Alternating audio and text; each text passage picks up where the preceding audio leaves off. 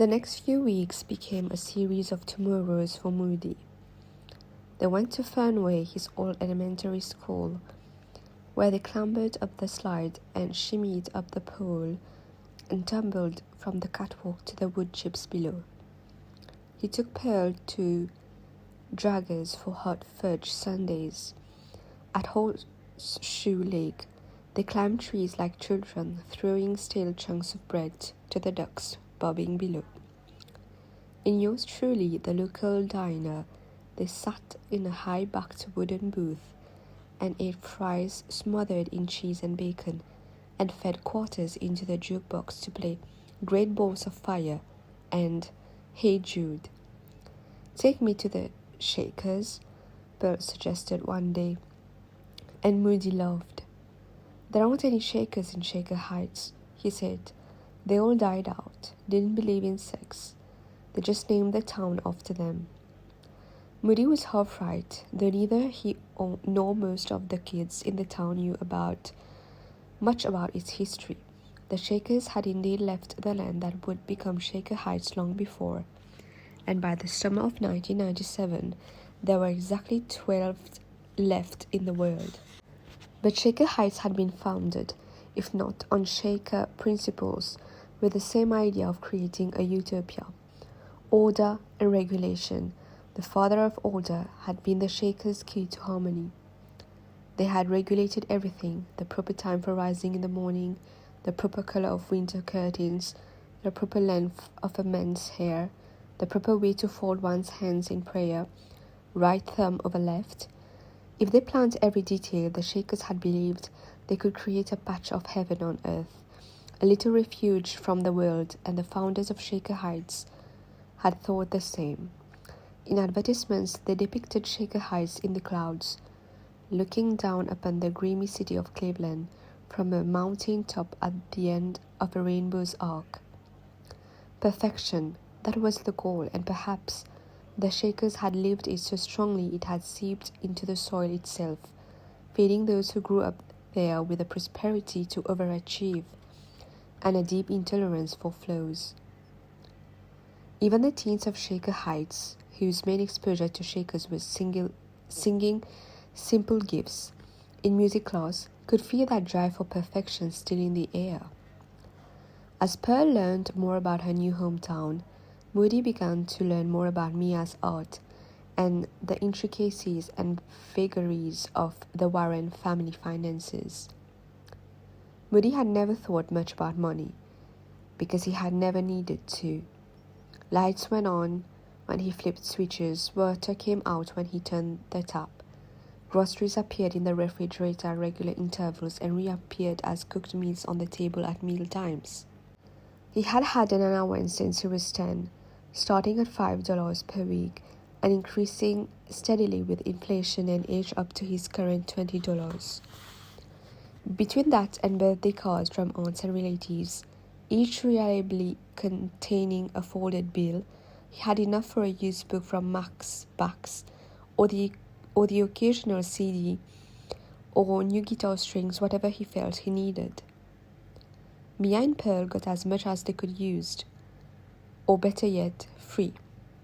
In just a few weeks, they'd learned the location of every Salvation Army store, Saint Vincent de Paul's, and Goodwill in the greater Cleveland area. The week they'd arrived, Mia had gotten a job at Lucky Palace, a local Chinese restaurant. Several afternoons and evenings a week, she took and packaged up takeout orders at the counter. They soon learned that for dining out, everyone in Shaker seemed to prefer Pearl of the Orient, just a few blocks away, but Lucky Palace did a good takeout business.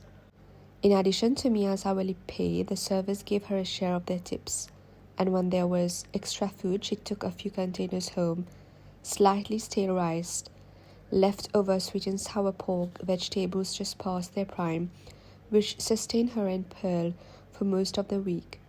They had very little, but that wasn't immediately obvious. Mia was good at repurposing. Lo mein without its sauce was topped with ragu from a jar one night, reheated and topped with orange beef another.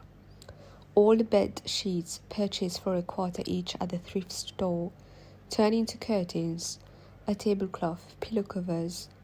Moody thought of math class, a practical application of combinatorics. How many different ways could you combine mushu, pancakes, and fillings? How many different combinations could you make with rice, pork, and peppers? Why doesn't your mom get a real job? Moody asked Pearl one afternoon. I bet she could get more hours a week, or maybe even a full-time spot at Pearl of the Orient or some other place. He had wondered this all week, ever since he learned about Mia's job. If she took on more hours, he reasoned, she would make enough for them to have a real sofa, real meals, perhaps a TV. Pearl stared, brow furrowed, as if she simply did not understand the question. But she has a job, she said. She's an artist. They had lived this way for years, with Mia taking a part-time job that earned just enough for them to get by. For as long as she could remember, Pearl had understood the hierarchy. Her mother's real work was her art, and whatever paid the bills existed only to make the art possible.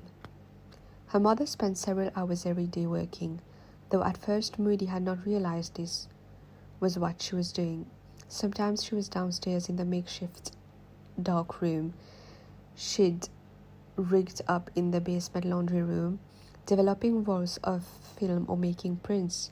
Sometimes she seemed to spend all her time reading things that weren't obviously relevant to Moody, like cooking magazines from the 1960s, or car manuals, or an immense hardcover biography of Eleanor Roosevelt from the library, or even staring out the living room window at the tree just outside it. One morning when he arrived, Mia was toying with a loop of string, playing cat's cradle, and when they returned she was still at it, weaving ever more complicated nets between her fingers, and then suddenly unraveling them back into a single loop and beginning again. Part of the process, Pearl informed him as they cut through the living room, with the nonchalant air of a native unfazed by the curious customs of the land. Sometimes Mia went out with her camera, but more often she might spend days or even weeks preparing something to photograph, with the actual taking of the photographs lasting only a few hours. For Mia, Moody learned, did not consider herself a photographer. Photography at its heart was about documentation, and he soon understood that for Mia, photography was simply a tool, which used as a painter might use a brush or a knife. A plain photograph might be doctored later with embroidered carnival masks obscuring the faces of the people within, or the figures themselves might be clipped out, paper doll style, and dressed in clothes cut from fashion magazines. In one set of photos, Mia rinsed the negatives before making prints that were oddly distorted. A photo of a clean kitchen speckled with spots from lemonade, a foot of laundry on the clothesline rendered ghost-like and warped by bleach. In another set, she carefully double-exposed each frame, layering a far-off skyscraper over the middle finger of her hand, superimposing a dead bird, wings akimbo on the pavement, over a blue sky, so that, except for the closed eyes, it looked as if it were flying. She worked unconventionally, keeping only photos she liked and tossing the rest. When the idea was exhausted, she kept a single print of each shot and destroyed the negatives. "I'm not interested in syndication," she said to Moody rather airily, when he asked why she didn't make multiples.